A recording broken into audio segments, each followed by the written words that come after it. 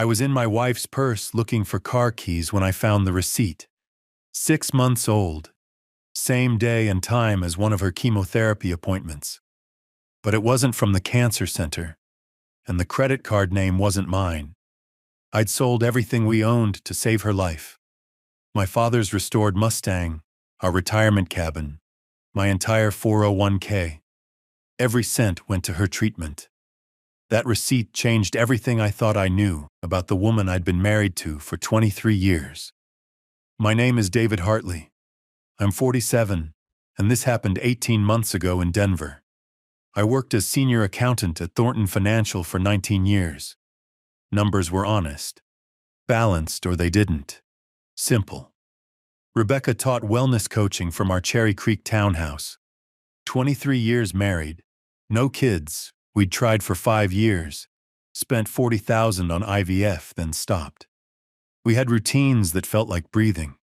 She'd make Turkish coffee in her grandmother's copper pot every morning. I'd read quarterly reports while she did sun salutations on our back deck. March 15th broke everything. Rebecca entered my home office during work hours, against our rule. Her face was pale. She placed medical documents on my desk. University of Colorado Hospital header. Adenocarcinoma, pancreatic, stage 2, 6-month survival rate, 20%. How? Stomach pain. Thought it was stress. Went for tests last week. Without telling me? I didn't want to worry you. She sat down. There's experimental treatment. Dr. Marcus Webb at Rocky Mountain Cancer Center. Not FDA approved yet. Insurance. Won't cover experimental protocols. $200,000 minimum. I pulled her into my arms. She smelled metallic, fearful. We'll get it. She cried into my chest. Real tears soaking through my shirt. The changes started immediately. She lost 15 pounds in 6 weeks. Stopped eating. Dark circles appeared. She stopped teaching classes. By May, she was sleeping 14 hours daily. Dr. Webb existed only through Rebecca's patient portal. She showed me messages, treatment schedules, medication lists, warnings. Every Tuesday and Thursday, she'd drive herself to Rocky Mountain Cancer Center. I need to feel independent, she insisted. She'd return exhausted, crawling into bed in her street clothes. I liquidated everything. The 401k, lost $67,000 to taxes, got $155,000 cash. Dad's 1969 Mustang he'd restored by hand, $32,000. The Estes Park cabin, $275,000. The money vanished into treatment. $8,000 weekly for experimental drugs from Switzerland. $15,000 for procedures. $3,000 for IV nutrition. I tracked every cent. Rebecca barely looked. She started a blog in April, Beauty in the Breaking. Raw, honest, hopeful. 1.2 million views. 40,000 followers by June. Donations poured through PayPal, Venmo, GoFundMe. She'd cry reading comments. They think I'm brave, she'd whisper. I'm terrified. I became her caretaker, held her hair during vomiting episodes. 3 a.m., 5 a.m., whenever. Injected what I thought was medication into her IV port. She'd prepare the syringes, claiming the drugs were too dangerous for me to handle. I'd push the needle into the prosthetic disc, not knowing it went nowhere. She'd wince perfectly. Changed sheets soaked with night sweats, induced by heating pads hidden under her side, removed before I woke. Carried her to the bathroom when her legs were too weak. The bedroom smelled like disinfectant and desperation. Our sex life ended. She couldn't bear being touched. I slept in the guest room to avoid disturbing her. September changed everything. Janet from our insurance called about billing irregularities. We're showing payments to RMCC LLC, but that's not in our provider network. Must be how they bill experimental treatment. Mr. Hartley, we have no record of your wife receiving any treatment at Rocky Mountain Cancer Center. That's impossible. I'm looking at their patient database now. No Rebecca Hartley. I hung up. Thursday, 2:15 p.m. Rebecca was at treatment. I drove to Rocky Mountain Cancer Center, parked where I could see the entrance, waited 3 hours. 4. She never appeared. Text at 5:47 p.m. Treatment running long, don't wait up, love you. But I was staring at the entrance. She wasn't there. At home, I searched her things, found credit card statements for an unknown account, charges at Brown Palace Hotel Spa, Nordstrom, Whole Foods during chemo times. The statements went to a P.O. box in Aurora. In her laptop bag I found it. Holiday Inn receipt. Conference room B rental. Every Tuesday and Thursday, 2:05 p.m. 6 months of receipts. The credit card belonged to Jonathan Winters. Jonathan, her business partner who'd been so supportive, bringing special supplements, driving her places, checking on her during treatments. Friday morning.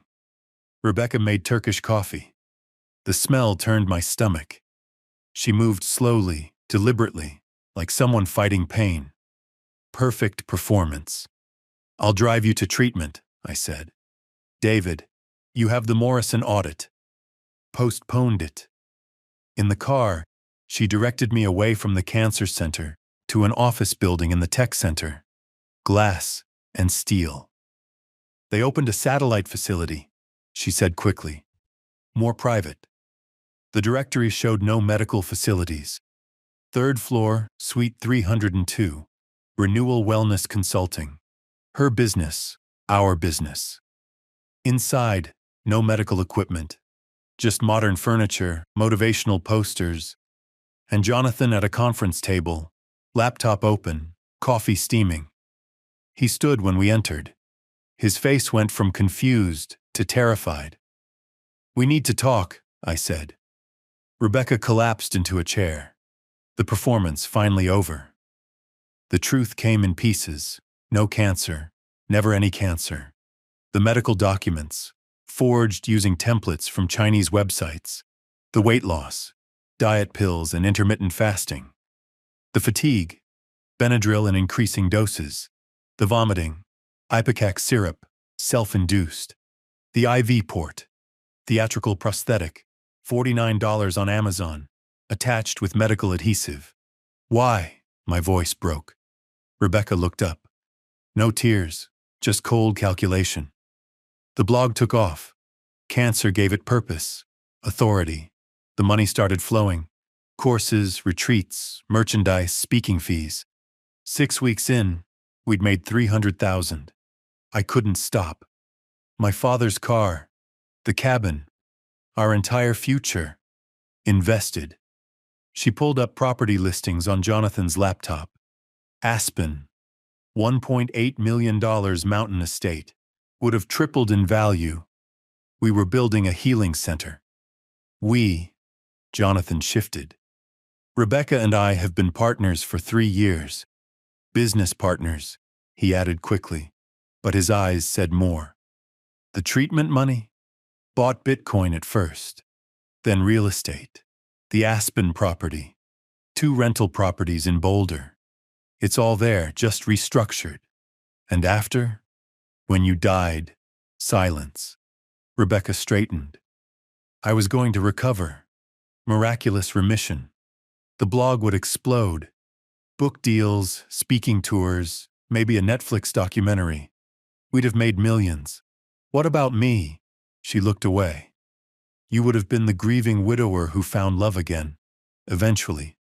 They'd planned my next chapter. You were going to frame my suicide, I said. No.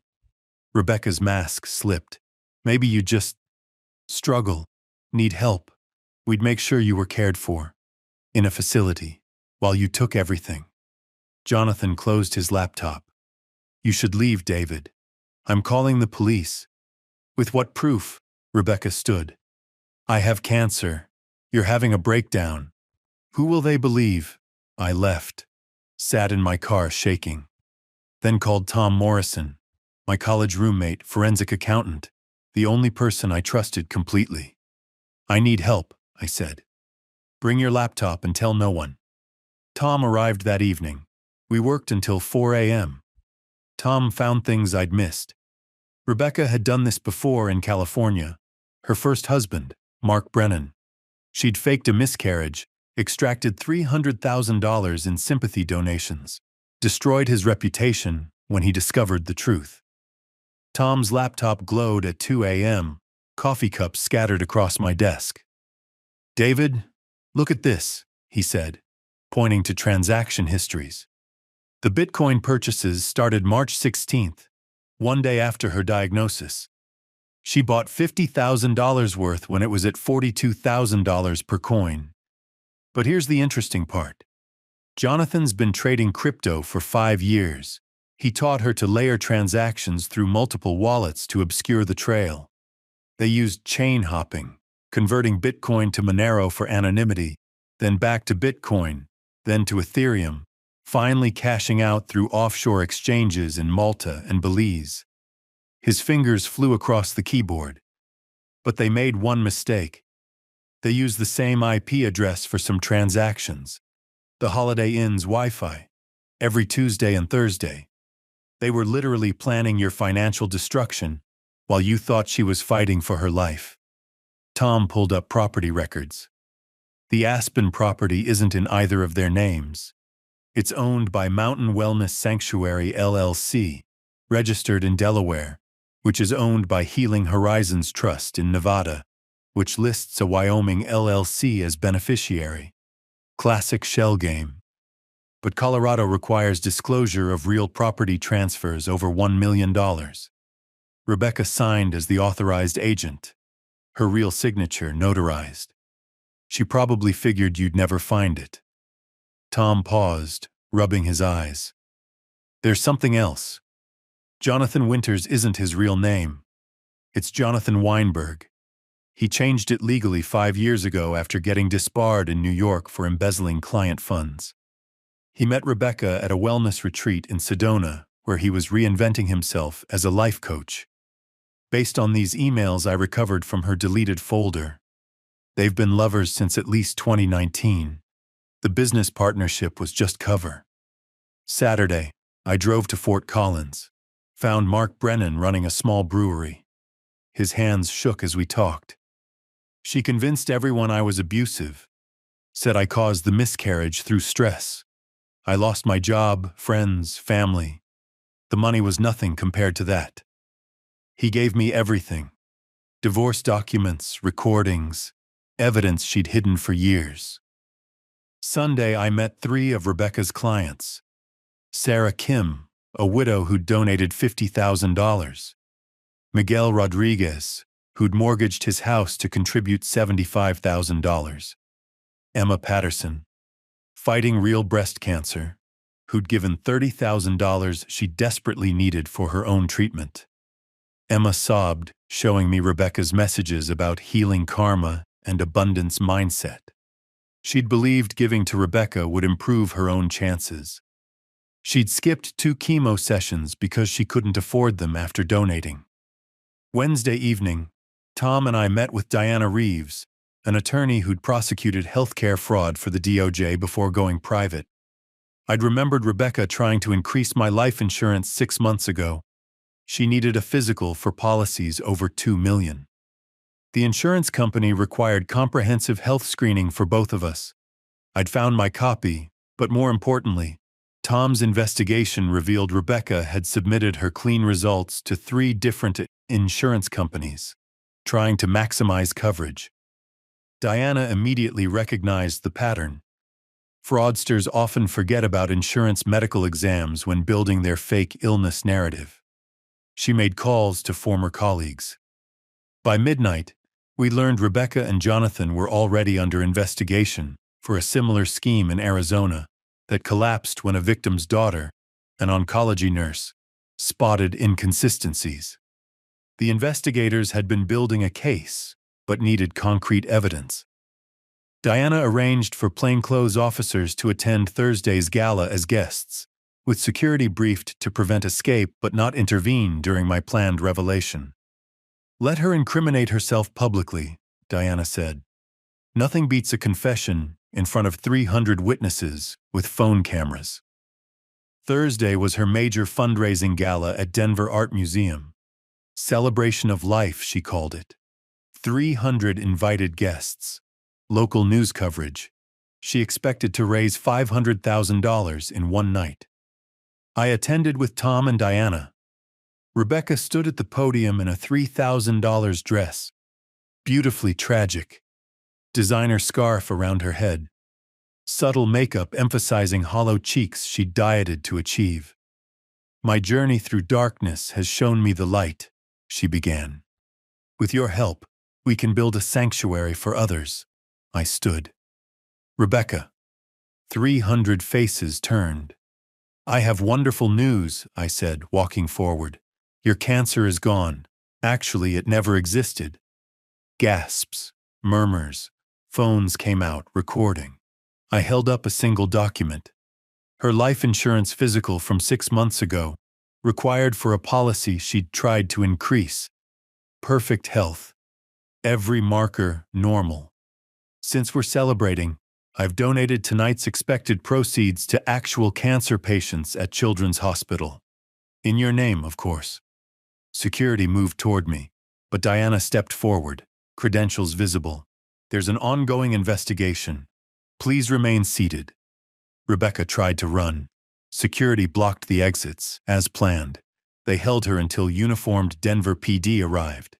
You sanctimonious prick, Rebecca screamed, mask fully gone. You think you're so perfect with your spreadsheets and rules. I was building something beautiful. On theft and lies. I gave people hope. The blog inspired thousands. You stole from dying people. I created art.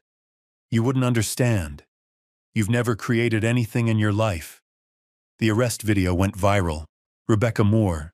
She'd never legally taken my name. And Jonathan Winters, indicted for wire fraud, identity theft, money laundering. The trial lasted 3 months. 73 victims testified. Emma Patterson took the stand with a portable oxygen tank, explaining how Rebecca's fraud had delayed her treatment. Rebecca got 12 years federal. Jonathan got 8. The Aspen property and rental properties were seized. Proceeds distributed to victims. Emma got her treatment fully funded. Miguel saved his house. Sarah Kim never recovered emotionally. She'd trusted too completely. I kept the townhouse but converted the first floor into office space for a nonprofit I founded. Medical Claim Verification Services. We help families confirm treatment claims and spot fraud. Free service. Funded by my salary. I went back to Thornton Financial. They welcomed me back with a raise. The copper coffee pot sits in storage unit B47. Can't look at it. The smell of Turkish coffee makes me nauseous. Rebecca's blog remains online, archived by authorities as evidence. 40,000 followers witnessed the complete deception. Comments still pour in. Anger, betrayal, disbelief. Last week, a letter arrived from FCI Dublin, where Rebecca serves her sentence. David, you think you won, but you only proved my point. You destroy beauty because you can't create it. I gave people something to believe in. What have you ever given anyone except numbers in boxes? I'll be out in 7 with good behavior. I'll rebuild. I always do. You'll still be counting other people's money, sleeping alone, afraid to trust. Who really lost? I wrote back. 1 line. I kept the receipts. She was wrong about everything except sleeping alone. I do that. Trust died with her diagnosis, the fake one. But I've learned something important. Trust isn't about faith. It's about verification. I verify everything now. Every claim, every receipt, every story. Some mornings I drive past that Holiday Inn in Aurora. Conference Room B is still there. They rent it for business meetings, birthday parties, MLM presentations.